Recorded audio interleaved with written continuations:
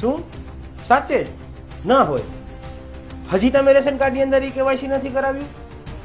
તમારા મગજની અંદર તો બે પ્રશ્ન થતા હશે કે ઈ કેવાયસી કરવાથી શું નુકસાન થાય છે, પણ એના કરતાં પણ બીજો સવાલ એ છે કે ઈ કેવાયસી છે શું? તો પેલા એ સમજીએ કે ઈ કેવાયસી શું છે.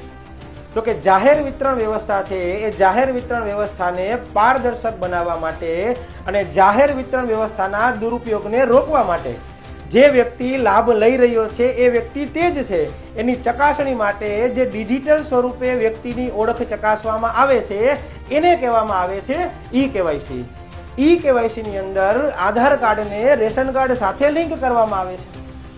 હવે જો 30 એપ્રિલ 2025 સુધીમાં તમે તમારા આધાર કાર્ડને તમારા રેશન કાર્ડ સાથે લિંક નથી કરાવતા તો તમને શું નુકસાન થાય છે? તો તમારા રેશન કાર્ડની અંદર તમે જે અનાજ મેળવી રહ્યા છો એ અનાજનો જથ્થો મળતો બંધ થઈ જશે. તમારું જે રેશન કાર્ડ છે એ તમારું રેશન કાર્ડ બ્લોક થઈ શકે છે. આ ઉપરાંત ગુજરાત સરકારની જે કાંઈ પણ તમે યોજનાઓનો લાભ મેળવી રહ્યા છો એ યોજનાઓનો તમામ પ્રકારનો લાભ મળતો બંધ થઈ શકે છે. તો મિત્રો આજે જ જઈને તમે તમારું ઈ કેવાયસી પૂર્ણ કરાવો.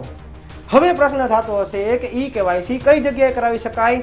તો તમે જે જગ્યાએ તમારું અનાજ મેળવો છો એ દુકાને જઈને પણ તમે તમારું ઈ કેવાયસી કરાવી શકો છો.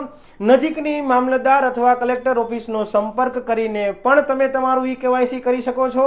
અને આજના આ ડિજિટલ યુગમાં તમારા મોબાઈલમાંથી માય રેશન એપ્લિકેશન ડાઉનલોડ કરી આજે જ તમારું ઈ કેવાયસી પૂર્ણ કરાવો.